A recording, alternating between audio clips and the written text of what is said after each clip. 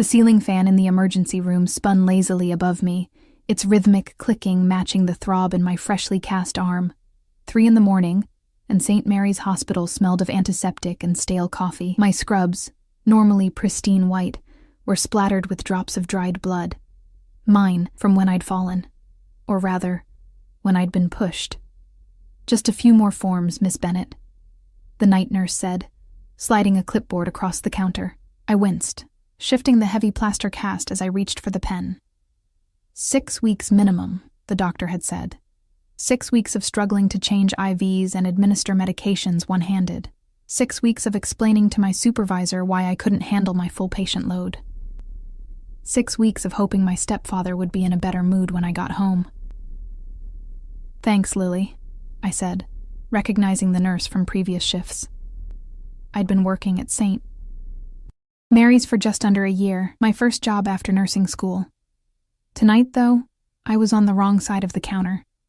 I scrawled my signature as best I could with my non-dominant hand, trying to ignore the fluorescent lights that intensified my headache. A sudden commotion at the entrance made me turn. The automatic doors hissed open, and the atmosphere in the emergency room shifted instantly. The security guard straightened. The receptionist's phone conversation abruptly ended. Even the crying child in the waiting area fell silent. He entered first, a tall man in a black suit who scanned the room with cold efficiency before stepping aside. Then came another, broader, with hands that looked like they could crush stone. Only then did the third man enter. He moved differently than the others, with a casual, predatory grace that made my heart stutter in my chest. Expensive black coat, tailored suit underneath. Dark hair swept back from a face that belonged in Renaissance paintings, all sharp angles and perfect symmetry. He couldn't have been more than 35. I knew exactly who he was, even though I'd never seen him before. Everyone in the city knew Alexander Russo. "Mr. Russo," the charge nurse gasped, rushing forward. "We weren't expecting you." His voice, when he spoke, was surprisingly soft. "Family emergency." My gaze instinctively dropped to the floor. People like me didn't make eye contact with people like him. The Russo family owned half the city. Officially, they were in real estate and shipping. Unofficially, well, that was something no one discussed aloud. I returned to my paperwork, trying to be invisible. The less attention I attracted, the better. That strategy had worked my entire life, especially at home. "4th floor, VIP suite," I heard the charge nurse say. "Dr. Winters is already waiting." The entourage moved toward the private elevator, and I exhaled, not realizing I'd been holding my breath. The clicking of expensive shoes on linoleum faded, and the emergency room slowly returned to its normal hum of activity. "You need a ride home, honey?" Lily asked, taking the completed forms. I shook my head. "I'll grab an Uber." "Are you sure that's a good idea? Going home, I mean?" Her eyes flicked meaningfully to my cast. A flush crept up my neck. This wasn't the first time I'd come to the emergency room with an injury, though it was by far the worst. "It's fine. Just clumsy me," I said with a forced smile. Tripped on the stairs. Lily's expression made it clear she didn't believe me, but she nodded anyway. "Call if you need anything." Outside, the night air was crisp with early autumn. I pulled my jacket awkwardly around my shoulders, one sleeve hanging empty over my cast. My phone showed 3:47 a.m. 3 hours until my stepfather left for work. If I timed it right, I could slip into the house and lock myself in my room without seeing him. I opened the rideshare app, then paused. My bank account balance stared back at me. $27.36. The ride would cost nearly half of that, and rent was due next week. "Looks like we're walking," I muttered to myself, pocketing the phone. It wasn't far, 20 minutes on foot through relatively safe neighborhoods. I'd done it before. I was halfway down the block when headlights swept over me from behind. A black SUV with tinted windows slowed to my pace. My pulse quickened, and I walked faster, clutching my bag against my side. The passenger window slid down silently. The stone-handed man from earlier looked out at me. "Miss Bennett," he said, not a question. I froze. "How do you know my name?" Instead of answering, he opened the door and stepped out. "Mr. Russo would like to speak with you." My mind raced through possibilities, none of them good. There must be some mistake. "I don't know Mr. Russo." "No mistake." He gestured to the open door. "Please." The pleas didn't sound optional. I glanced around the empty street. No witnesses, no escape route. With shaking legs, I approached the vehicle. The interior was leather and darkness, and there, in the back seat, was Alexander Russo. Up close, his presence was even more overwhelming. Not just wealthy and powerful, but dangerous in a way that made my skin prickle with awareness. "Join me," he said, those two simple words carrying the weight of a command. I slid awkwardly into the seat, trying to manage my cast. The door closed behind me with a soft thud that somehow sounded final. "Mila Bennett," he said, studying me with eyes so dark they appeared black in the dim lighting. 24 years old. Graduated nursing school last year. Works in pediatric oncology.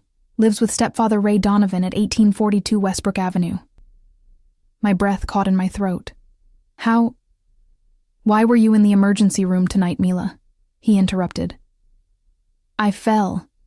The lie came automatically, rehearsed over years. His gaze dropped to my cast, then back to my face. Something dangerous flickered in his expression. "Try again." "It was an accident," I insisted, my voice barely a whisper. He leaned forward slightly, and I pressed back against the seat. "You've got 3 seconds. Who broke your arm?" The question hung between us, sharp as a blade. I couldn't understand why Alexander Russo, who controlled the city's underworld, was in a car with me, asking about my broken arm. My mind spun with confusion and fear. 1. He counted, his voice soft. "Please, I should go. 2. Something in his tone broke through years of practiced silence. "My stepfather," I blurted out, then immediately regretted it. "But it was an accident. He didn't mean to." Another practiced line. Alexander's expression didn't change, but the temperature in the car seemed to drop. He studied me for a long moment, then pressed a button on the console between us. "Carlo, take us to Miss Bennett's residence." Panic surged through me.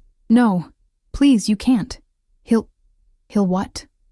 Alexander asked, his voice dangerously quiet. I fell silent, unable to finish the sentence. Alexander's hand moved toward me, and I flinched instinctively. But he only reached for the blanket folded on the seat beside me, which he carefully draped over my lap. "You're shivering," he noted. I hadn't realized it until he mentioned it. "Why are you doing this? Why me?" He considered the question, or perhaps he was considering how much to reveal. "Your mother was Julia Bennett, correct?" I nodded, surprised. "She died 3 years ago." "I know." Something softened in his expression, just for a moment. "She worked for my father for many years, as his private nurse." This was news to me. My mother had never mentioned working for the Russo family. She'd been a home care nurse for many wealthy clients, but this connection seemed impossible. "When was the last time you ate?" he asked, changing the subject abruptly. The question caught me off guard. "Yesterday. Lunch, I think." Without comment, he reached into a compartment and handed me a protein bar. When I hesitated, he added, "You need to keep up your strength." I accepted it with my good hand, awkwardly trying to unwrap it until he took it back, opened it, and returned it to me. The casual intimacy of the gesture was disorienting. "Thank you," I murmured, taking a small bite. The chocolate and peanut butter tasted like heaven after hours in the hospital. The SUV turned onto my street, and my anxiety returned full force. "Please," I tried one more time. "My shift starts at noon. I should just get some sleep and you won't be working today," Alexander stated flatly, "or tomorrow." "I can't afford to miss shifts," I protested. He gave me a look that silenced further objections. "Your employment situation is being handled." The SUV stopped in front of my small duplex. The porch light was on, meaning my stepfather was awake, waiting. My stomach twisted with dread. "Stay in the car," Alexander instructed, then spoke to his driver. "Carlo, Vince, with me." Before I could object, all 3 men exited the vehicle. I watched through the tinted windows as they approached my house. My stepfather opened the door before they reached it, clearly confused by the expensive vehicle and well-dressed men on his doorstep at 4 a.m. I couldn't hear what was said, but I saw my stepfather's expression change from confusion to recognition to fear. Alexander spoke briefly, his posture relaxed but somehow threatening. Then, to my astonishment, my stepfather nodded repeatedly, turned, and went back inside. Alexander and his men followed. 5 excruciating minutes passed. I contemplated running but had nowhere to go. Finally, the front door opened again. The 2 guards emerged first, followed by Alexander. My stepfather didn't reappear. When Alexander returned to the SUV, he carried a small duffel bag. He placed it on the seat between us. "Your essentials," he explained. "Clothes, toiletries, medication. Is there anything else you need from the house?" I stared at him in disbelief. "What did you do to him?" "Nothing he didn't deserve," Alexander replied coolly. "Your stepfather and I had a conversation about respect and consequences. He's packing for a trip." A chill ran down my spine. "A trip?" "A long one."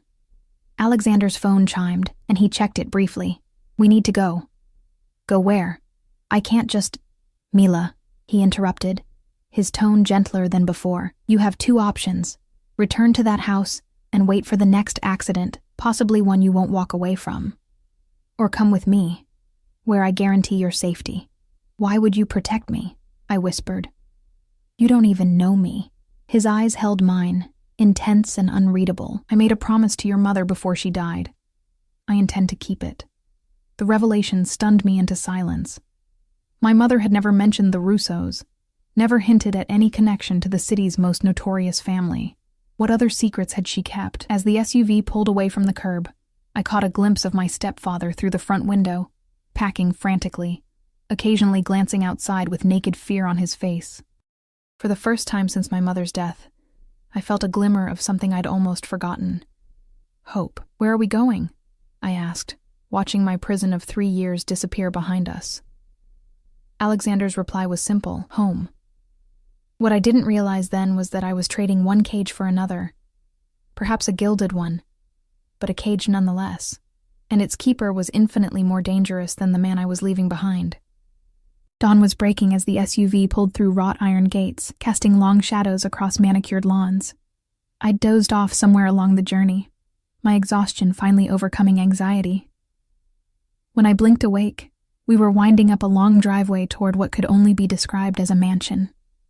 A sprawling stone structure that looked like it belonged in the European countryside rather than the outskirts of our city. "We're here," Alexander said, watching me take in the estate through sleep-blurred eyes. The vehicle stopped at the entrance, where a woman in a crisp black suit waited. She opened my door before Carlo could exit the driver's seat. "Welcome, Miss Bennett," she said with a slight accent, Eastern European perhaps. "I'm Irina, the house manager." Alexander emerged from his side. "Irina will show you to your room. Get some rest. We'll talk later." Before I could respond, he was already walking away, taking a call on one of his phones. The 2 guards followed several paces behind, silent shadows to his commanding presence. "This way, please." Irina gestured toward the imposing double doors. I clutched my duffel bag awkwardly against my chest, feeling small and disheveled in my blood-stained scrubs. "I don't understand why I'm here." Irina's expression remained professional. "Mr. Russo's guests don't require explanations." "I'm not a guest," I said, the words coming out before I could stop them. I don't know what I am." Something like sympathy flickered across her face. "You're under Mr. Russo's protection now. That's all that matters." The foyer was cavernous, with a curved staircase and marble floors that amplified every footstep. Renaissance paintings hung on walls that stretched to cathedral ceilings. A crystal chandelier cast prismatic reflections across the space, morning light splintering into rainbows. Irina led me up the stairs and down a hallway lined with more artwork. I tried to memorize the turns, left, right, left again, but the house seemed designed to confuse. Finally, she stopped before a door at the end of a corridor. "Your suite," she announced, opening it with a keycard. The room beyond was larger than my entire apartment. Sunlight streamed through floor-to-ceiling windows that overlooked gardens, and in the distance, the glittering city skyline. A 4-poster bed dominated one wall, while a sitting area with plush armchairs occupied another. 2 doors presumably led to a closet and bathroom. "Everything has been prepared for you," Irina continued. "Fresh clothing in your size is in the wardrobe. Toiletries in the bathroom. If you need anything, use the house phone to dial 0. I turned in a slow circle, trying to process the luxury surrounding me. "How long am I staying?" That's for Mr. Russo to decide. Her tone made it clear the subject wasn't open for discussion. The doctor will be here at noon to check your arm. Until then, rest. Breakfast will be brought up shortly. After she left, I stood frozen in the center of the room, my mind racing. What had Alexander meant about a promise to my mother? Why did he care about my broken arm? And what exactly had happened to my stepfather? The bathroom was a marvel of marble and glass, with a shower large enough for 4 people and a soaking tub beside a window with a view of the grounds. I caught my reflection in the mirror and barely recognized myself, pale, with shadows under my eyes and hair falling from its once neat bun. With some struggle, I managed to undress and shower with my cast protected by a plastic bag I found under the sink. The hot water felt heavenly against my skin, washing away hospital antiseptic and fear sweat.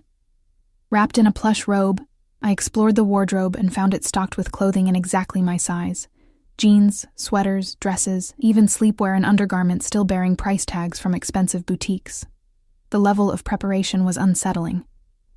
This hadn't been arranged in the few hours since Alexander had met me at the hospital. A gentle knock interrupted my thoughts. A young woman entered with a breakfast tray, setting it on a small table by the window, before slipping out with a polite nod. The spread was impressive: fresh fruit, yogurt, pastries, and coffee. My stomach growled, reminding me how long it had been since I'd eaten properly. I settled into a chair and poured coffee with my good hand, savoring the rich aroma. As I ate, I tried to make sense of my situation. I was essentially a prisoner in this beautiful place, brought here by a man whose name was whispered with fear throughout the city. Yet I felt safer than I had in years. After breakfast, exhaustion overtook me. I curled up on the enormous bed, sinking into sheets softer than anything I'd ever felt. Despite my confusion and anxiety, sleep claimed me instantly. I dreamed of my mother, not sick and frail as she'd been at the end, but vibrant and laughing. In the dream, she was walking through this very house, her hand resting lightly on the banister as she descended the grand staircase. Someone called her name, but before she turned, I woke with a start. The bedside clock read 12:17 p.m. I'd slept for nearly 5 hours, yet it felt like only minutes had passed.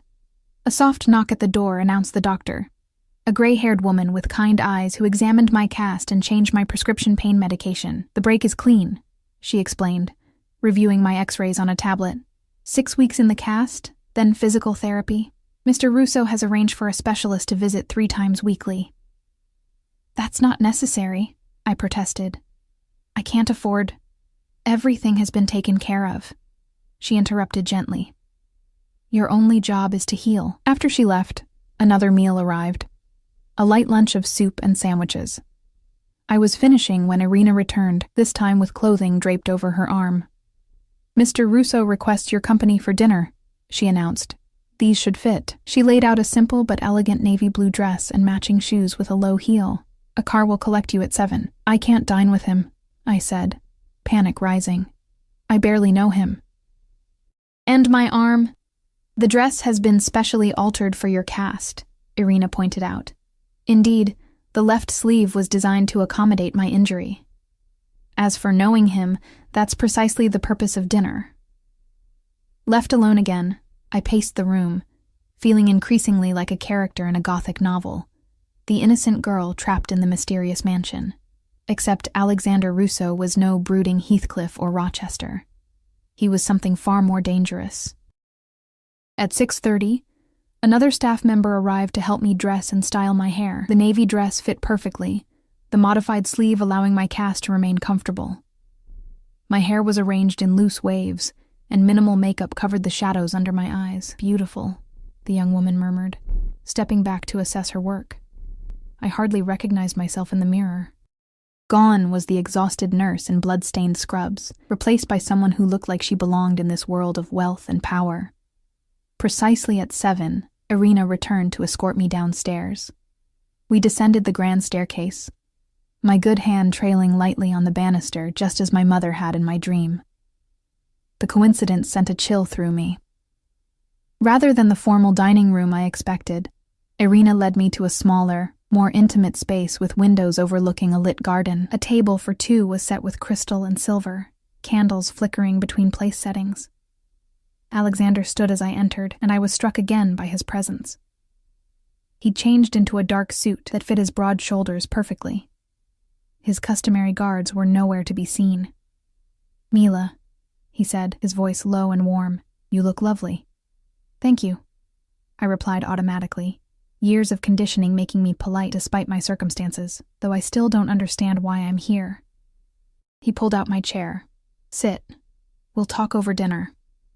A server appeared with wine, pouring a small amount in Alexander's glass for approval before filling mine.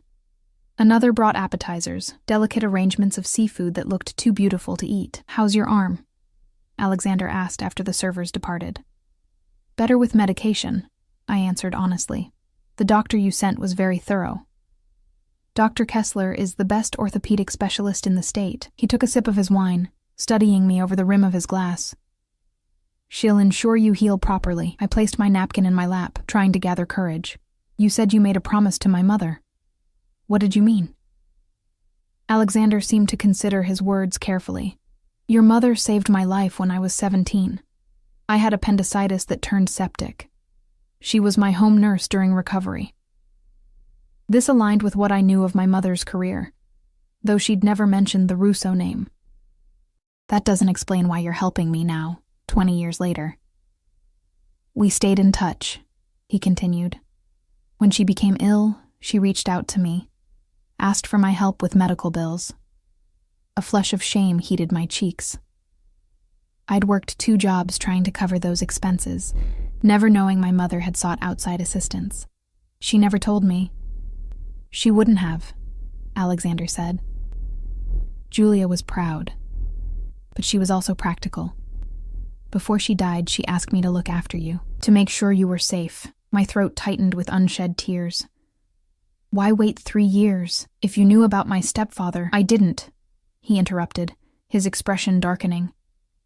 "Your mother never mentioned any problems with him. After she passed, I had someone check on you occasionally. You seemed functional, working, independent. Until last night."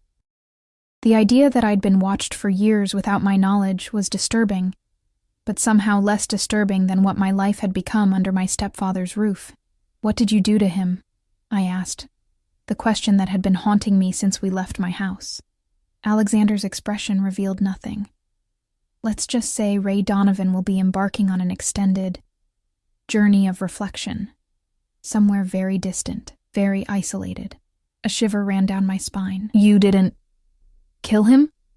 Alexander finished. "No, not yet. Death would be too merciful for what he did to you, to Julia's daughter." The casual way he discussed potential murder should have terrified me.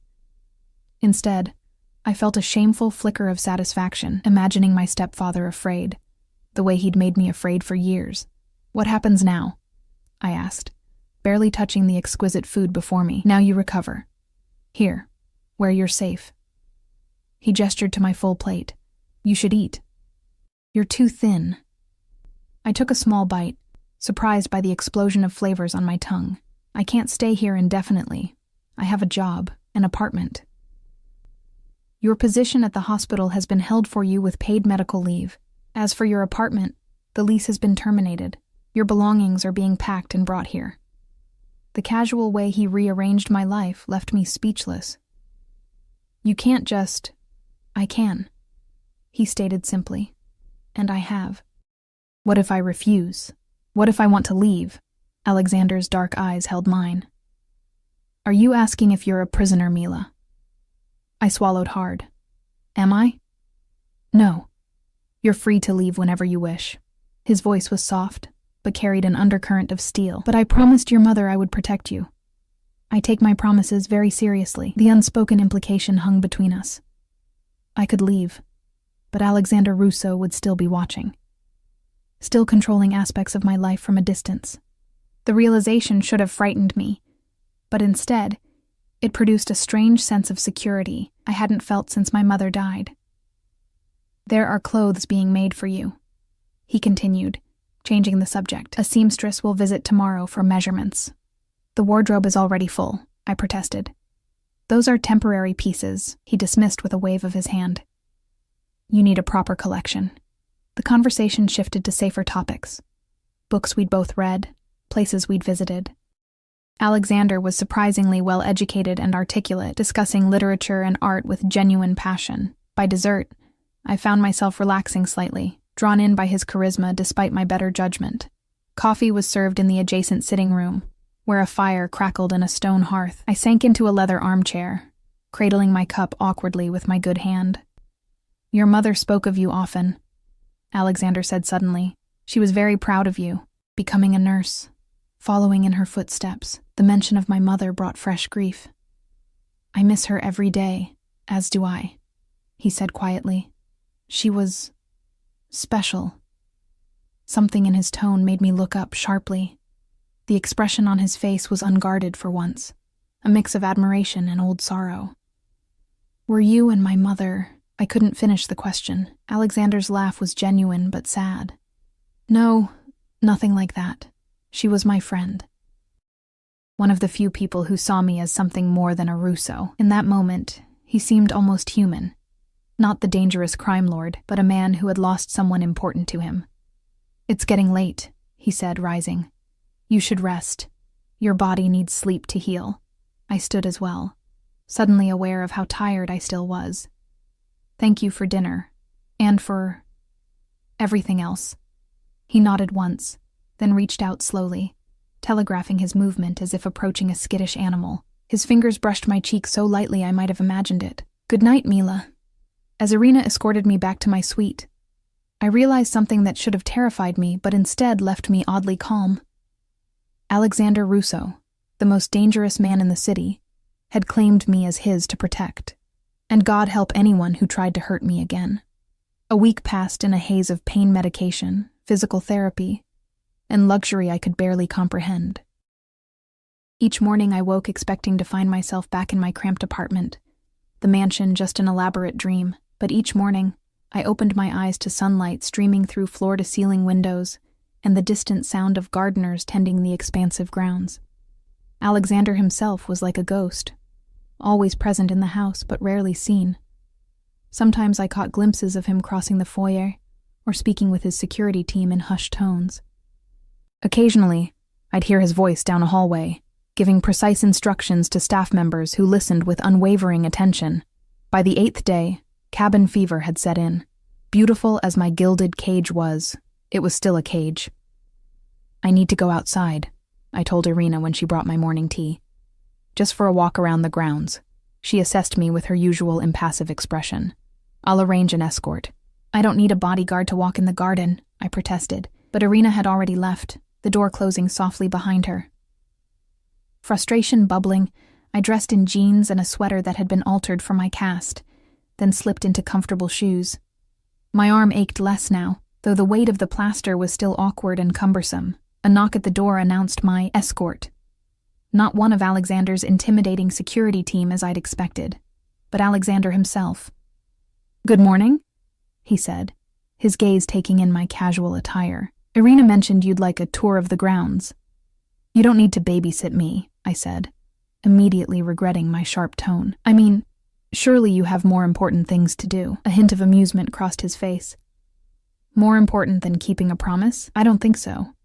The autumn air was crisp as we stepped outside, leaves crunching beneath our feet. Alexander walked beside me, shortening his naturally long stride to match mine. 2 security guards followed at a discreet distance, close enough to intervene if needed, far enough to give an illusion of privacy. "How are you settling in?" Alexander asked, guiding me along a stone path that wound through formal gardens now past their summer glory. "The accommodations are extravagant," I admitted. "But I feel useless. I'm a nurse. I should be working, not lounging around like some pampered pet." Alexander's expression darkened slightly. "You're not a pet, Mila. You're recovering from an injury. An injury that wouldn't prevent me from doing my job if I had proper accommodations," I countered. "I could handle paperwork or light duties." "Dr. Kessler recommended complete rest for 2 weeks," he reminded me. "1 more week, then we can discuss your return to work." We reached a small pond where koi fish swam lazily beneath lily pads. A stone bench offered a view of the water and the colorful Japanese maples surrounding it. Alexander gestured for me to sit, This was my mother's favorite spot, he said, lowering himself beside me. She had the garden designed when I was a child. The personal revelation surprised me. Alexander rarely spoke about himself or his family. It's beautiful, I said truthfully. Peaceful. Peace is a rare commodity in my life, he replied, watching the fish circling in the clear water.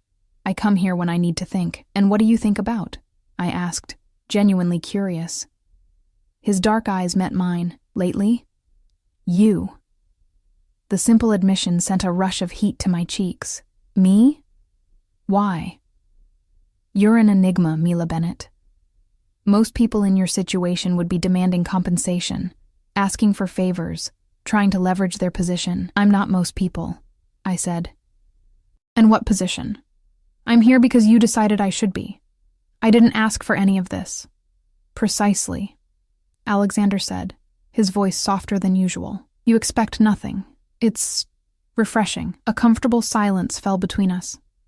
In the distance, I could see the city skyline, a reminder of the world beyond these walls, a world where Alexander Russo was feared, not this almost gentle man sitting beside me. Tell me about your work at the hospital, he said suddenly.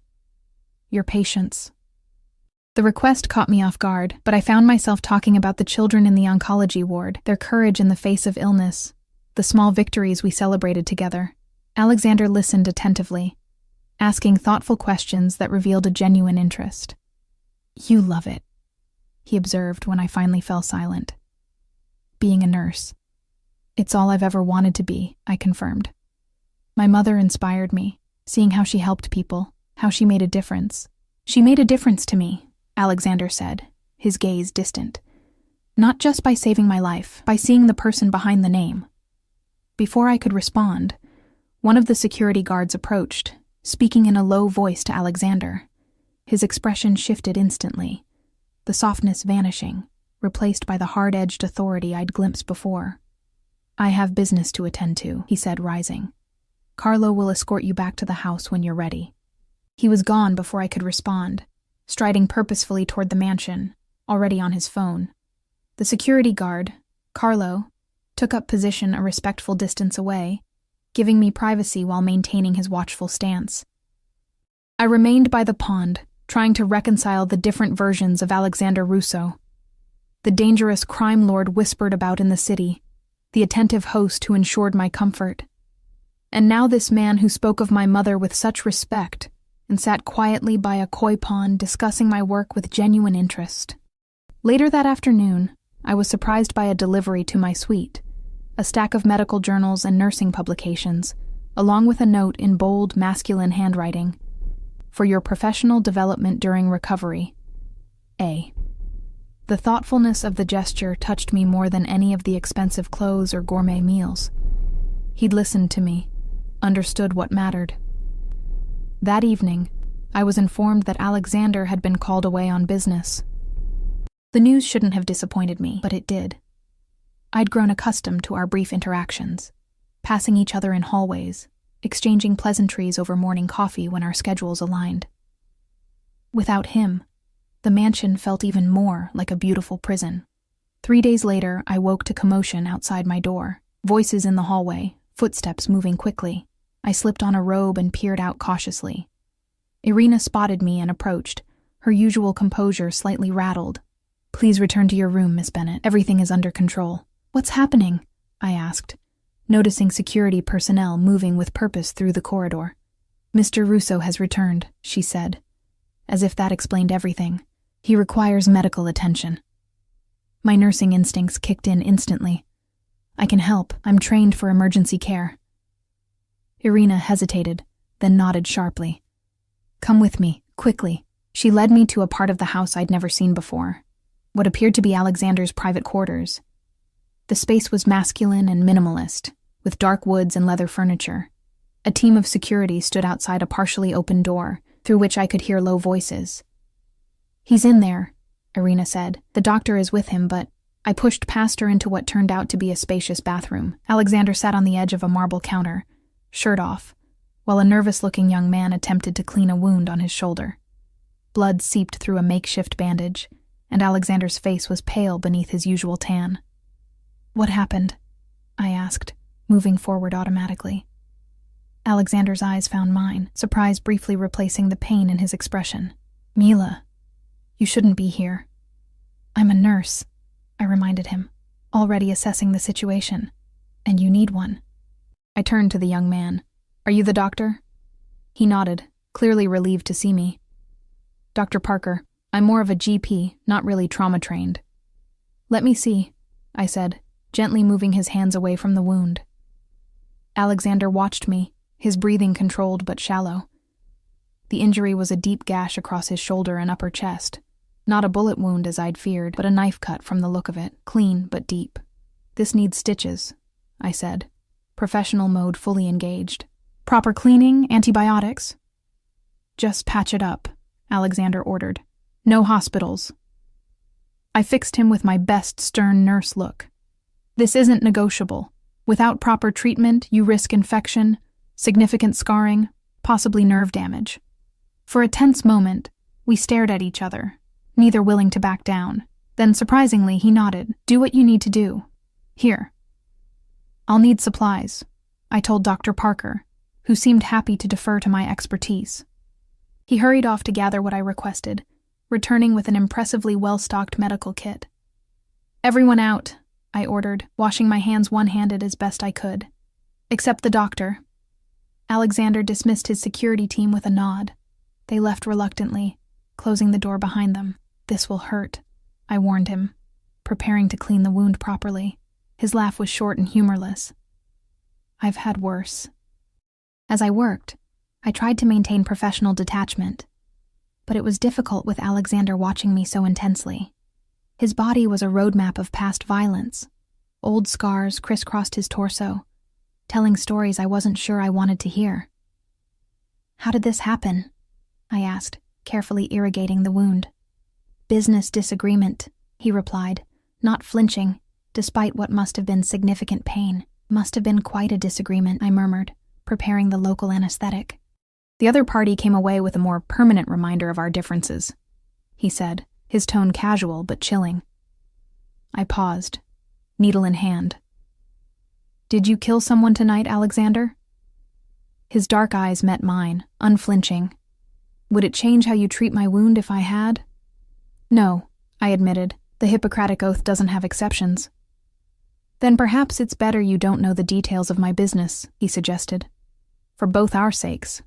I proceeded with the stitches, working methodically despite the awkwardness of using my non-dominant hand with my other arm still in its cast. Dr. Parker assisted silently, handing me instruments and supplies as needed. "You're good at this," Alexander commented as I tied off the last suture. "I had an excellent teacher," I replied, thinking of my mother. "She always said healing was an art as much as a science." "Julia was wise," he agreed softly. When I finished, Alexander insisted Dr. Parker leave us. The young doctor seemed relieved to be dismissed, gathering his belongings quickly and slipping out. Alexander remained on the counter, watching me clean up. "Thank you." "Just doing my job," I said, suddenly aware of our proximity, of his state of undress. "You should rest. Let your body heal." "Is that your professional opinion?" he asked, a hint of his usual confidence returning. "It is." I started to turn away, but he caught my wrist gently. "Mila," he said, his voice lower, "why did you help me? You could have stayed in your room, let the doctor handle it." The question surprised me. "Because you were hurt. Because I can help people who are hurt. It's what I do." "Even people like me?" he pressed. I met his gaze steadily. "What kind of person are you, Alexander?" Instead of answering, he released my wrist and reached up to tuck a strand of hair behind my ear. The gentle gesture contrasted sharply with the violence etched into his skin. "You should get some sleep," he said finally. "It's late." I nodded, suddenly exhausted now that the adrenaline was wearing off. "Try not to get stabbed again. Your body needs time to recover before the next business disagreement." A genuine smile curved his lips. "I'll do my best." As I turned to leave, he called my name once more. I paused at the door, looking back. "When you said you felt useless here," he said, "you were wrong. You just proved that. The next morning, a package waited outside my door, a custom-made sling for my cast in soft blue leather, far more comfortable than the hospital-issued one I'd been using. The note attached read simply, "An apology for disturbing your sleep. A." Days passed, and Alexander's wound healed without complication. He resumed his normal routine, but something had shifted between us. Our interactions became more frequent, our conversations longer. He began joining me for meals regularly, not just formal dinners, but casual breakfasts where he'd read the newspaper while I worked through the medical journals he'd provided. 2 weeks after my arrival at the mansion, Alexander entered the library where I'd been reading and placed a small box on the table beside me. "What's this?" I asked, marking my place in the book. "Open it and see," he replied, taking the seat opposite me. Inside the box was a hospital ID badge, my badge, but with a new designation. "Pediatric Oncology Department Head?" I read in disbelief. "This must be a mistake." "No mistake," Alexander said. "The position opened last week. Your name came highly recommended by the hospital board." I stared at him. "The board you happen to have significant influence over?" He didn't deny it. "You're qualified, Mila. Your supervisor said as much during your last performance review. This just expedited the process. I can't accept a position I didn't earn," I protested. "You did earn it," he countered. "You've put in the work, shown your dedication. Consider it a long overdue recognition of your skills." I turned the badge over in my hand, torn between indignation at his high-handedness and excitement at the opportunity. "When would I start?" "Next week, if Dr. Kessler approves. Light administrative duties until your cast comes off." He studied me closely. "Does this please you?" The question was genuine, I realized. He wanted to make me happy, in his own controlling way. "Yes," I admitted. "But next time, ask me before rearranging my career." A smile tugged at his lips. "Noted." Later that evening, as we walked through the gardens that had become our nightly ritual, Alexander seemed preoccupied. The security team kept a greater distance than usual, giving us a rare moment of true privacy. "Your stepfather has been asking about you," he said suddenly, his tone carefully neutral. I stumbled slightly, caught off guard. "I thought he was away." "He is. Very far away. But he's been making inquiries through various channels, trying to determine your whereabouts." Alexander's expression hardened. "He seems concerned about your well-being, or concerned about what I might say about him," I countered, wrapping my arms around myself despite the mild evening. Alexander stopped walking, turning to face me. "Has he always been abusive, since your mother was alive?" I shook my head. "No. He was different then. Or maybe he was just better at hiding it. After she died, it started small, criticism, controlling behavior. Then it escalated." "Why didn't you leave?" he asked, genuine curiosity in his voice. "Where would I go?" I replied simply. "I had medical school debt, barely enough income to cover rent." He made sure I knew I couldn't survive without him. I laughed bitterly.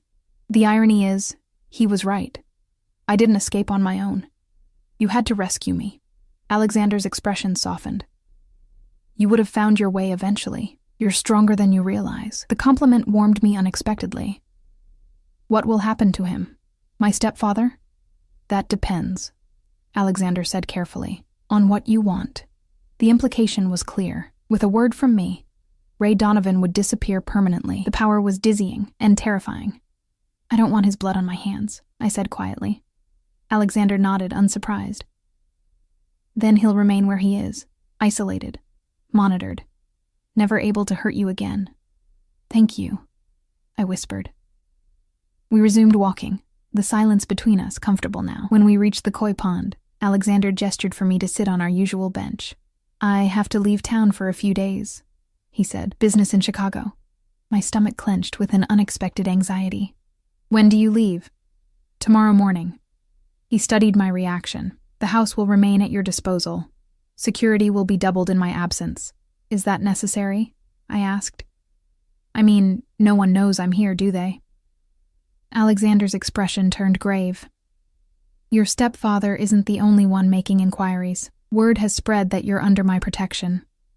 That makes you interesting to certain people. Interesting how? I pressed. Potentially valuable, he said bluntly. As leverage.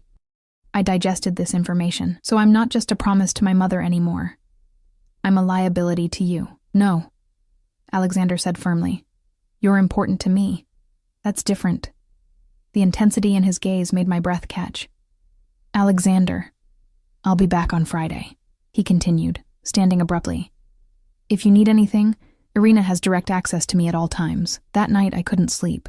The revelation that I might be in danger simply by association with Alexander was troubling, but not as troubling as my reaction to his absence. 3 weeks ago, I'd never met the man.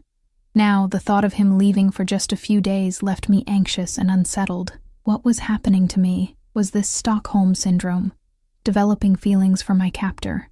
But Alexander wasn't exactly holding me captive, was he? He'd said I could leave whenever I wanted. Yet where would I go? Back to an empty apartment?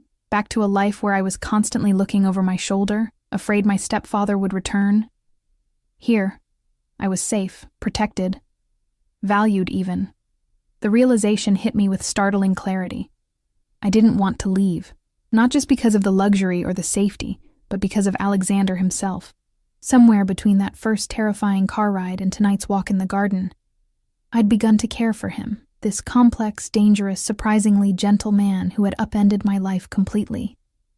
And that scared me more than any threat from the outside world ever could. Alexander's absence left a vacuum in the mansion. Though he'd only been gone for 2 days, the house felt different. Still running with military precision under Irina's watchful eye, but lacking the electric energy that seemed to radiate from its owner. I'd begun limited work duties, reviewing patient files sent from the hospital and participating in video conferences with the oncology team. The mental stimulation was welcome after weeks of relative inactivity. But I found myself distracted, glancing at my phone more often than necessary, wondering if Alexander would call. He didn't, though Irina assured me he was fine when I casually inquired. Mr. Russo is very busy in Chicago, she said, her knowing look suggesting my interest hadn't been as casual as I'd hoped. On Thursday afternoon, I was working in the library when Carlo appeared at the door. Miss Bennett, there's someone here to see you. My pulse quickened. Mr. Russo is back early? No, miss. A woman. Says she's a friend from the hospital. Confusion and wariness mingled as I followed Carlo to the foyer. Standing there, looking profoundly out of place among the marble and antiques, was Lily, the night nurse who had been on duty when I'd broken my arm. Mila, she exclaimed, rushing forward to embrace me. Thank God you're okay. I returned her hug awkwardly with my good arm. Lily, what are you doing here? She pulled back, examining me with concerned eyes. Everyone's been worried sick. You disappeared from the ER, then your apartment was emptied and no one could reach you. I've been asking around for weeks. The security team watched our interaction with thinly veiled suspicion. I turned to Carlo. It's okay. She's my friend. He nodded, but didn't move from his position by the door. How did you find me? I asked, leading Lily to a small sitting room off the main foyer. It wasn't easy, she admitted, still glancing nervously at the security guards. I heard rumors you'd been seen with Alexander Russo the night you disappeared. Then yesterday, the hospital announced you'd been promoted to department head. Her eyes widened. Mila, what's going on? Are you in trouble? Is he forcing you to stay here? I almost laughed at the absurdity and accuracy of her concern. It's complicated, Lily, but I'm safe. I promise. Alexander is helping me. Helping you? She echoed incredulously. Mila, do you know who he is? What he does? I know enough, I said quietly. Lily lowered her voice to a whisper. People are talking. They say you're his mistress. Heat flooded my cheeks. That's not true. Then what are you doing here? She pressed. In this house? Wearing clothes like that? She gestured to my designer outfit. Alexander knew my mother, I explained, offering the simplest version of the truth. He's protecting me. From Ray. Understanding dawned in Lily's expression. Your stepfather. The one who hurt you. She'd been one of the few people at the hospital who had suspected the truth about my injuries over the years. I nodded. He can't hurt me anymore. Lily looked around the opulent room, taking in the obvious wealth. And what does Russo want in return for his protection? Nothing, I said, though the word felt hollow. There was always a price for everything, wasn't there? I just hadn't figured out what Alexander's was yet. Nobody does something for nothing, Mila, Lily said, echoing my thoughts. Especially not men like him. Before I could respond, Irina appeared in the doorway. Miss Bennett, a call for you. Urgent. I excused myself, following Irina to the study where a secure phone awaited. Alexander's voice came through, tense and clipped. Who is visiting you? The question took me aback. Lily Thompson. She's a nurse from the hospital. How did you— Security protocols, he interrupted. Anyone entering the property is photographed and the image sent to me immediately. You're spying on me? I asked, indignation rising. I'm protecting you, he corrected. Is she trustworthy? Yes, I said firmly. She's my friend. A pause, then. Keep your visit brief. I'll be home tonight. The line went dead. When I returned to Lily, she was standing by the window, arms crossed defensively. Was that him? Yes, I admitted. He's concerned about security. He's controlling you, she countered. Monitoring your visitors, keeping you isolated. Mila, this isn't healthy. It's temporary, I said, though I wasn't sure I believed it myself. Until I'm fully recovered. Until it's safe. Lily took my hand. I'm worried about you. You've escaped one controlling man only to fall under the influence of another.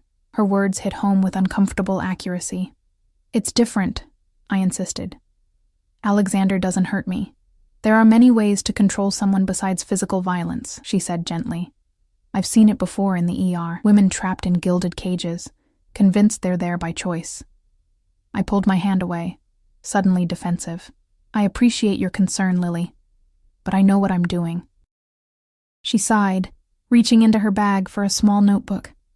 She scribbled something and tore out the page. My new address and private number. If you ever need help, day or night, no questions asked. I took the paper, touched by her concern despite my irritation. Thank you, but I'm really okay. Lily left shortly after, escorted by Carlo to the gate. I watched from the window as her modest sedan disappeared down the long driveway, taking with it my connection to my old life.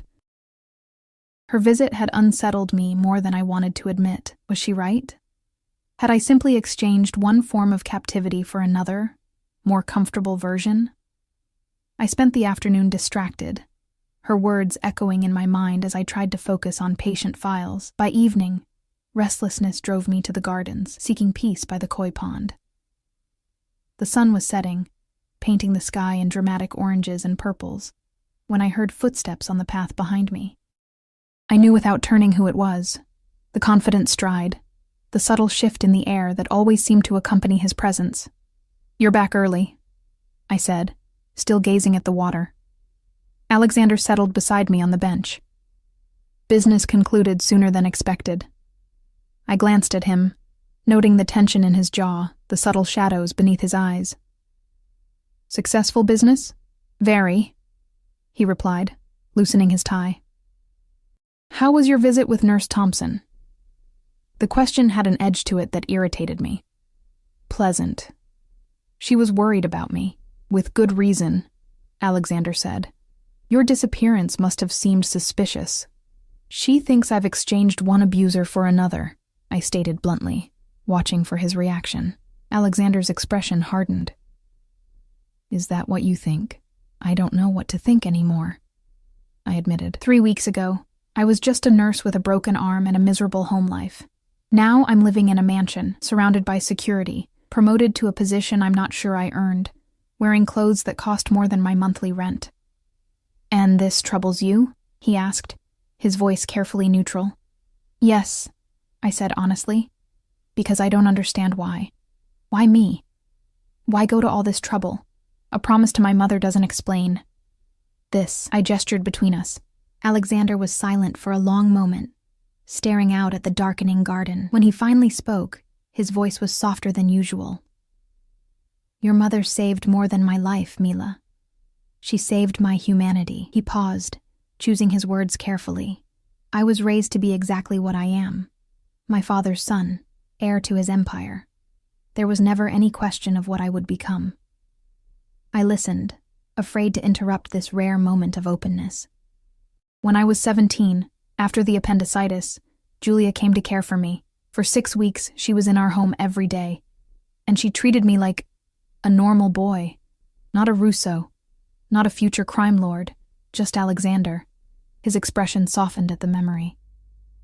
"She brought me books, talked to me about my future as if I had choices, asked what I wanted, when no one had ever considered my wants before."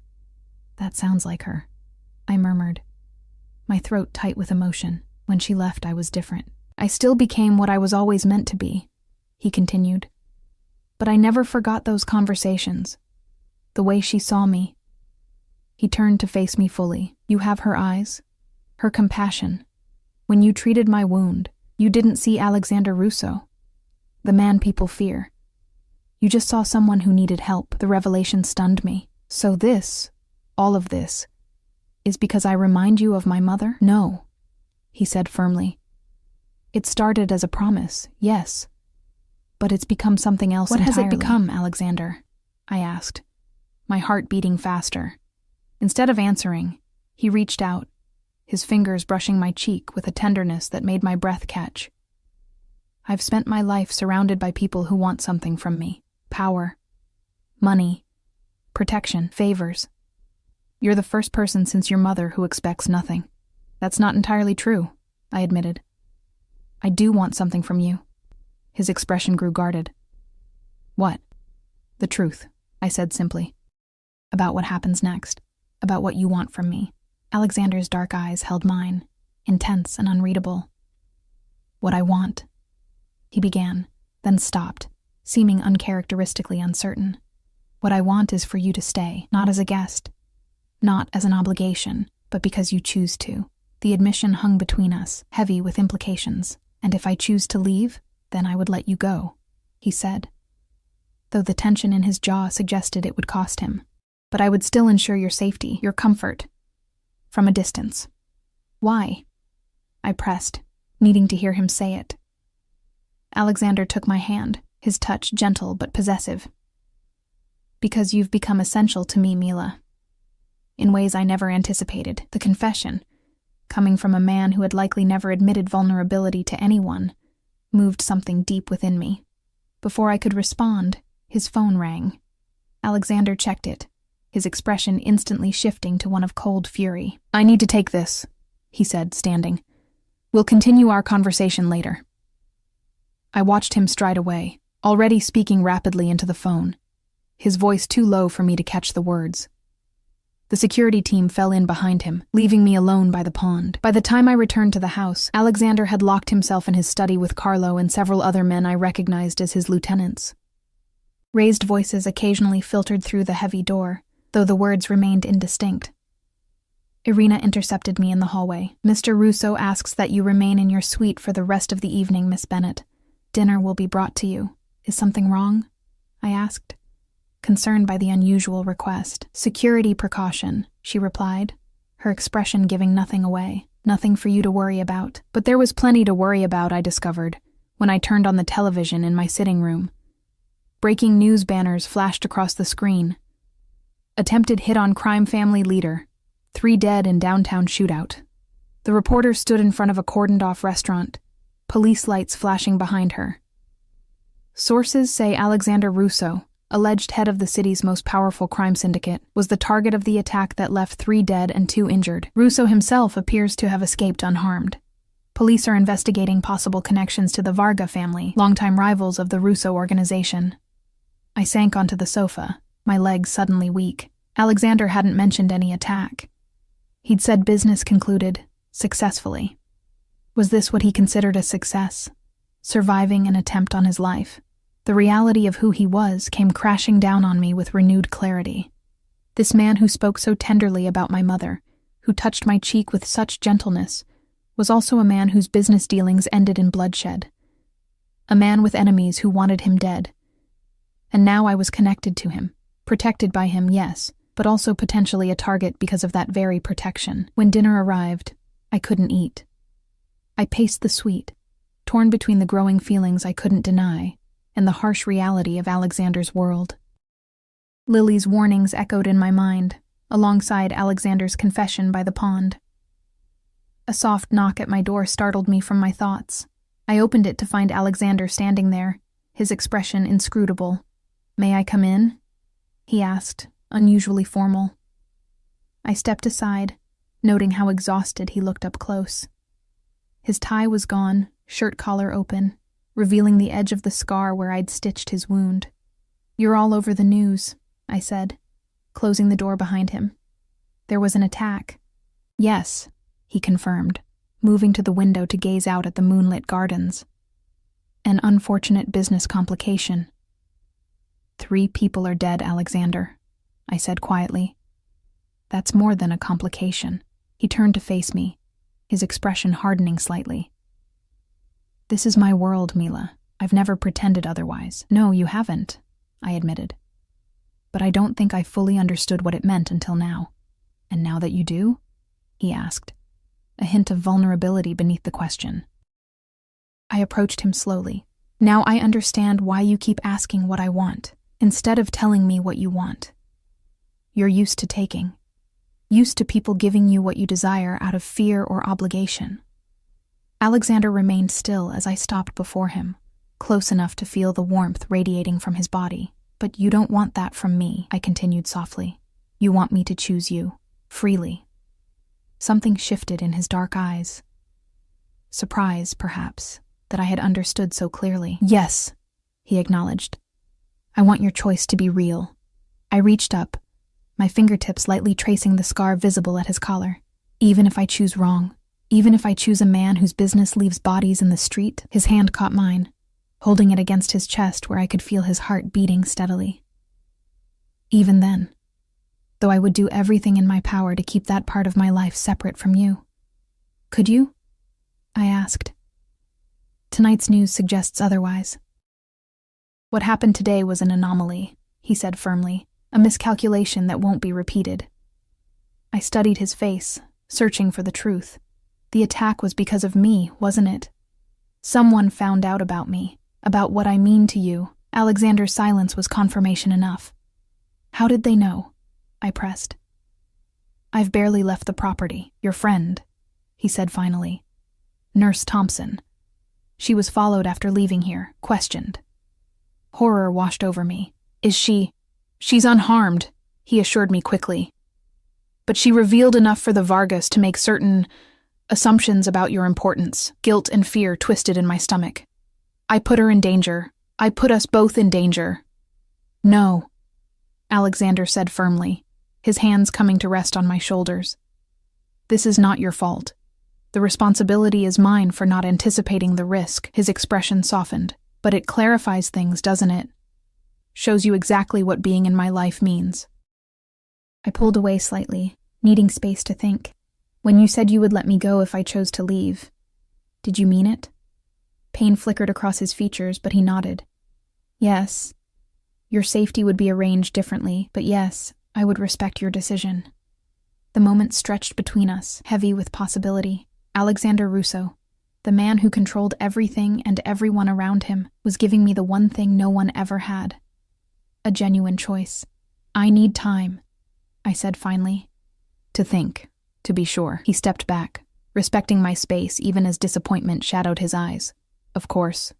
Take all the time you need." He moved toward the door, then paused. "Whatever you decide, Mila, know that my promise to protect you stands. It always will." After he left, I sat by the window for hours, watching the moonlight on the gardens, weighing impossibilities against each other, safety versus freedom, protection versus independence. The undeniable connection I felt to Alexander versus the dangerous reality of his world. By morning, I knew what I had to do. Dawn found me already dressed, my few personal possessions packed in the duffel bag Alexander had brought from my old apartment that first night. I'd slept little, my mind churning with possibilities, consequences, futures branching like lightning in a storm cloud. When Irina brought my usual morning tea, she paused at the sight of my packed bag. "You're leaving," she stated, no question in her tone. "I need to speak with Alexander," I replied, neither confirming nor denying. Her normally impassive face softened almost imperceptibly. "He's in the study. Has been all night." I nodded my thanks, taking a final look around the suite that had been my sanctuary these past weeks. Then, gathering my courage, I made my way through the mansion's winding corridors to Alexander's study. The door was ajar, and through the opening I could see him at his desk, phone to his ear, speaking in rapid Italian. Files and laptops were spread across the surface before him, evidence of a sleepless night. Despite his disheveled appearance, shirt creased, hair mussed from running his hands through it, he still radiated power and control. He glanced up, spotting me in the doorway, and immediately ended his call. "Entrate," he said, gesturing me inside. I stepped into the room, suddenly uncertain how to begin. His gaze dropped to the bag in my hand, and something shuddered in his expression. "You've made your decision," he said, rising from his chair. "Yes." I set the bag down, needing both hands free for what came next. "I'm leaving." Alexander nodded once, his jaw tight. "I understand. Carla will drive you wherever you wish to go. Your apartment has been maintained in your absence, though security upgrades were installed. The lease is paid through the year." The businesslike tone, the immediate practicality of his response, caught me off guard. "You're not going to try to change my mind?" "I gave you my word," he replied simply. "Your choice is yours alone." I moved closer, studying the face that had become so familiar to me. "And if my choice is to leave, but not to go far?" Confusion flickered across his features. "I don't understand. I can't stay here, Alexander, not as a guest. Not as someone you're protecting because of a promise to my mother." I took a deep breath. "But I could stay as something else." Hope and wariness battled in his expression. "What are you saying, Mila?" "I'm saying I want my own place, my own life, my job at the hospital." I stepped closer still, until I could feel the heat of him. "And I want you. But I need to know it's my choice, not just something I fell into because you rescued me." Alexander remained perfectly still, as if afraid any movement might shatter this fragile moment. "And how would this work? In practical terms, I live in my own apartment, work my shifts, build my career." I reached up, my hand resting lightly against his chest. "And when I choose to, I come to you, or you come to me, but as equals, not as protector and protected." "Equals," he repeated, his voice low. "You know that's not how the world sees us, how it ever will." "I don't care how the world sees us," I countered. "I care how we see each other." His hand covered mine where it rested against his heart. "And how do you see me, Mila?" "I see a man divided," I said honestly, "capable of great tenderness and terrible violence. A man shaped by his name and his legacy, but fighting to be more than those things." I met his gaze directly. "I see you, Alexander. All of you. And I'm still here." Something broke open in his expression. Vulnerability I'd only glimpsed before. "And what of the danger? After yesterday?" "I'm not naive," I interrupted. "Being with you comes with risks, but so does crossing the street, so does living with a man like Ray." I squeezed his hand. "At least with you, the danger is honest, named." Alexander's free hand came up to cup my face, his touch gentle as a whisper. "You continue to surprise me," he murmured. "Most people run from the truth of who I am." "I'm not most people," I reminded him. "No," he agreed, a hint of a smile touching his lips. "You never have been." For a long moment, we simply looked at each other, the air between us charged with possibility. Then, slowly, deliberately, he lowered his head and kissed me. It was gentle at first, almost hesitant, so at odds with the powerful man I knew him to be. But as I responded, sliding my good arm around his neck, the kiss deepened, years of restraint giving way to something primal and consuming. When we finally broke apart, both breathing hard, Alexander rested his forehead against mine.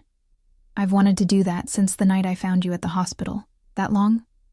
I asked, surprised. "Longer," he admitted. "Since I saw your picture in your mother's locket years ago." At my startled look, he explained. She always wore it. Showed me once, so proud of her daughter, the nursing student. The revelation that Alexander had known of me long before we met should have been unsettling. Instead, it felt like pieces of a puzzle finally coming together. The strange sense of familiarity I'd felt with him from the beginning, the way he'd seemed to know me better than a stranger should. "What now?" I asked, still held loosely in his arms. "Now," he said thoughtfully, "we find you an apartment. Something secure but independent. Close to both the hospital and here." "I can find my own place," I protested mildly. A hint of his usual authority returned. "Security considerations, Mila. Non-negotiable. But you'll make the final choice among suitable options." I nodded, accepting the compromise. "And my job?" "The promotion stands," he said firmly. "It was always meant for you, just accelerated by recent events." Your supervisor confirmed as much. "And us?" I asked, the most important question of all. Alexander's expression softened. "Us is whatever you want it to be, whatever pace you choose. I've waited this long for you. I can be patient a while longer." The weeks that followed were a whirlwind of change. My cast came off, revealing an arm weak from disuse, but healing well. I found an apartment, a beautiful top-floor unit in a secure building halfway between the hospital and Alexander's estate. As promised, he had presented me with options but let me make the final choice. I resumed my duties at the hospital, now as department head, a position that brought new challenges and responsibilities I found I genuinely enjoyed. My colleagues were curious about my sudden promotion and mysterious absence, but I offered only vague explanations about medical leave and recovery. Lily watched me with wary eyes at first, concerned by my continued association with Alexander, despite my newfound independence. But as weeks passed, and she saw me thriving, confident, happy, uncontrolled, her worries gradually eased. "Just be careful," she cautioned over coffee in the hospital cafeteria. "Men like him don't change who they are." "I don't want him to change who he is," I replied truthfully. "I just want to be with him as myself, not as someone he saved, and I was being myself, more fully than perhaps I ever had before. Free from my stepfather's oppressive presence, from the constant fear that had shadowed me for years, I found myself blooming, becoming more assertive at work, making decisions with confidence, rebuilding friendships that had withered under Ray's isolating influence. Alexander and I developed a rhythm. Some nights he would come to my apartment, arriving with no security visible, though I knew they were never far, bringing dinner or simply himself. Other evenings I would go to the mansion, now as a guest rather than an inhabitant. We talked for hours, about books, about my patients, about his more legitimate business interests, rarely about his other activities, though neither of us pretended they didn't exist. The physical aspect of our relationship developed slowly, at my pace as he had promised. Alexander was patient, gentle, never pushing beyond what I was ready for. When we finally came together, it was with an intensity that left us both shaken, years of tension and restraint giving way to something profound and transformative. Afterwards, lying in the tangle of sheets in my apartment, his arm draped protectively across my waist, I asked the question that had lingered since the beginning. What really happened to my stepfather? Alexander tensed slightly beside me, then relaxed. Are you sure you want to know? Yes, I said. No more secrets between us. He was quiet for a moment, his fingers tracing patterns on my skin. He's alive, as I promised. Working on an oil platform in the North Sea. Very isolated, very cold, very far from you. How did you arrange that? I asked, genuinely curious. Your stepfather had outstanding gambling debts to several unsavory individuals, Alexander explained. I paid those debts in exchange for his immediate departure, and a binding agreement never to return or contact you. And if he breaks that agreement, I pressed. Alexander's voice cooled. Then our arrangement would need to be renegotiated. In person. The implication was clear, but I found I couldn't summon any sympathy for Ray. Not after years of abuse, of fear, of walking on eggshells in my own home. Thank you, I said simply. For keeping your word. For letting him live.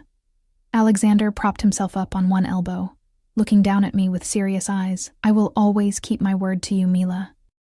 Always.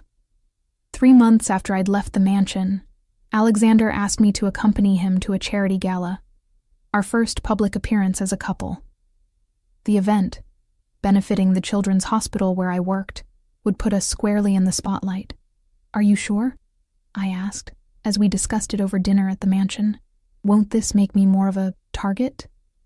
You're already known to be important to me, Alexander replied. Hiding you away won't change that. Better to be open, to show strength. He took my hand across the table, but only if you're comfortable. I considered it carefully. Public association with Alexander Russo would change how people saw me. Colleagues, patients, friends. But hiding our relationship felt dishonest, as if I were ashamed of him. Yes, I decided. I'll go. The night of the gala, Alexander sent a dress, a deep blue silk creation that fit perfectly, making me look elegant without being ostentatious. When he arrived to collect me, he wore a tuxedo that emphasized his broad shoulders and commanding presence. You're beautiful, he said, his eyes warming as they took me in. So are you, I replied, adjusting his bow tie slightly. His smile was wry.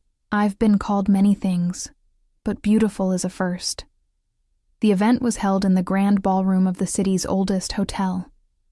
As we entered, a subtle hush fell over the nearby guests, heads turning, whispers following in our wake. Alexander's hand rested lightly at the small of my back, a gentle but clear statement of possession. Hospital administrators greeted me warmly, though I noted the flicker of uncertainty in their eyes when Alexander was introduced.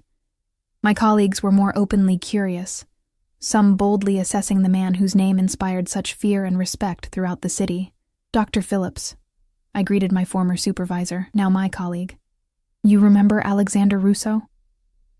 The older man nodded, extending a hand that barely trembled. Of course. Mr. Russo has been very generous to the pediatric oncology department. The work you do is important, Alexander replied smoothly. Mila speaks highly of your leadership. As the evening progressed, I was struck by Alexander's social grace. He moved through the crowd with easy confidence, charming donors, engaging in conversation with hospital board members, always keeping me at his side, but never overshadowing me. This was yet another facet of him. The public figure, the businessman, separate from both the tender lover I knew in private and the dangerous crime lord others feared. During dinner, I noticed a man watching us from across the room, distinguished, silver-haired, with cold eyes that never left Alexander. When our gazes met, he raised his glass slightly, a gesture that seemed more challenge than toast. Who is that? I asked quietly. Alexander didn't need to look up to know who I meant. Victor Varga, my chief business rival. The name sent a chill through me. The Varga family, mentioned in the news reports about the attack on Alexander months earlier. Should I be concerned? I asked, keeping my voice steady. No, Alexander replied with calm certainty. Not here. Not now.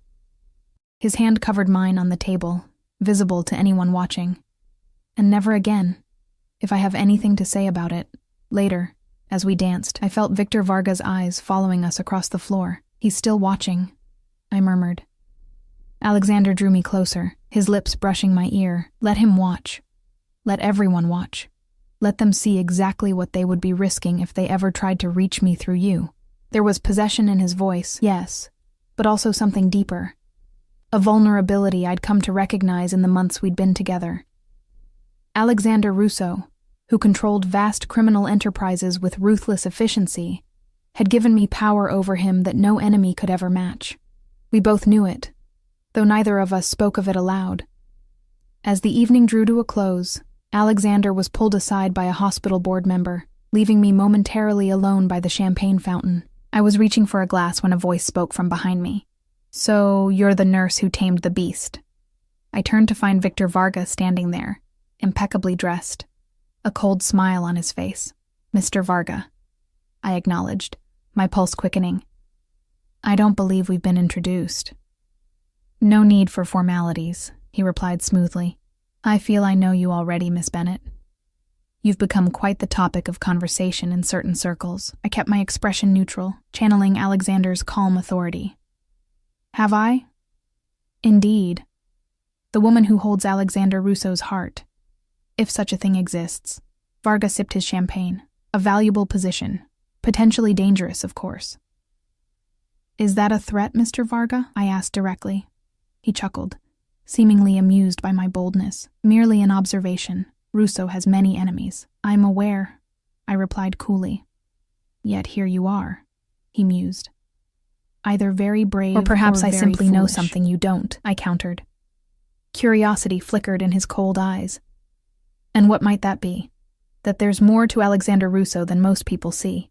I met his gaze steadily, including you. Before he could respond, I felt a presence at my side. Alexander, his expression pleasant, but his eyes hard as he looked at Varga. Victor, he greeted with deceptive mildness. Introducing yourself to Mila. How considerate. The tension between the two men was palpable. Years of enmity compressed into the small space between them. Just welcoming her to our little community, Varga replied. She's quite remarkable. I can see why you're attached. Alexander's hand settled at my waist, both protective and possessive. Indeed. If you'll excuse us, our car is waiting. As we walked away, I could feel Varga's eyes boring into my back. He was threatening me, I said quietly once we were out of earshot. Testing boundaries, Alexander corrected. Assessing weaknesses, and, I pressed. A smile touched his lips. And finding none. You handled him perfectly. In the car, safely enclosed in tinted privacy, I asked the question that had been forming all evening. Will it always be like this? Rivals watching? Waiting for an opportunity? Alexander considered the question with the seriousness it deserved. My world is what it is, Mila. I won't insult you by pretending otherwise. I'm not asking for pretense, I said. Just truth. He took my hand, his thumb stroking my palm. The truth is, yes, there will always be threats. But also, yes, I will always protect what's mine. He looked into my eyes. And you are mine, as I am yours. A dangerous truth, perhaps, but truth nonetheless. Instead of fear, his words filled me with a strange certainty. I had chosen this. Chosen him. With clear eyes and full understanding of who he was and what his world entailed. Not as a captive, not as someone he'd rescued, but as an equal partner who had weighed the risks against the depth of what we shared and found the balance worth the danger. 6 months to the day after Alexander had found me at the hospital, we stood in the garden by the koi pond, watching the sunset paint the sky in fiery hues. My life had transformed completely. New apartment, new position at the hospital, new relationship that defied all conventional wisdom. Any regrets? Alexander asked, his arm around my waist as we watched the koi swim lazy circles. I considered the question honestly. No, I answered finally. This path wasn't one I could have imagined. But it's mine. I chose it. I chose you. He turned me to face him, his expression more open than I'd ever seen it. I have something for you. From his pocket, he withdrew a small velvet box. My heart stuttered in my chest as he opened it, revealing not a ring as I'd half expected, but a delicate gold locket. It was your mother's, he explained as I touched it with trembling fingers. She left it with me before she died. Asked me to give it to you when the time was right. Tears pricked behind my eyes as Alexander fastened the chain around my neck. The locket rested against my skin, warm and somehow familiar. Open it, he urged gently. Inside was a tiny photograph.